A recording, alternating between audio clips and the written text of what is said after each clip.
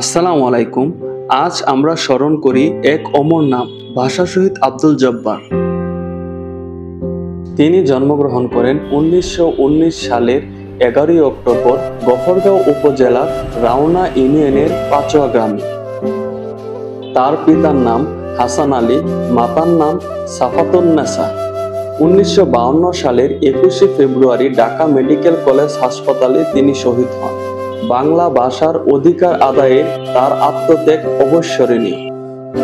তার স্মৃতিতে সেই নিজ গ্রামে নির্মিত হয়েছে ভাষা শহীদ আব্দুল জব্বার গ্রন্থাগার ও স্মৃতি জাদুঘর, যার নামে ওই গ্রামকে ঘোষিত করা হয়েছে ভাষা সৈনিক আব্দুল জব্বার নগর নামে।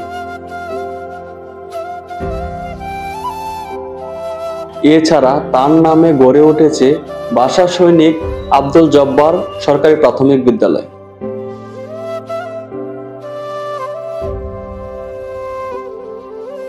তার এই ত্যাগ আজ আমাদের গর্ব।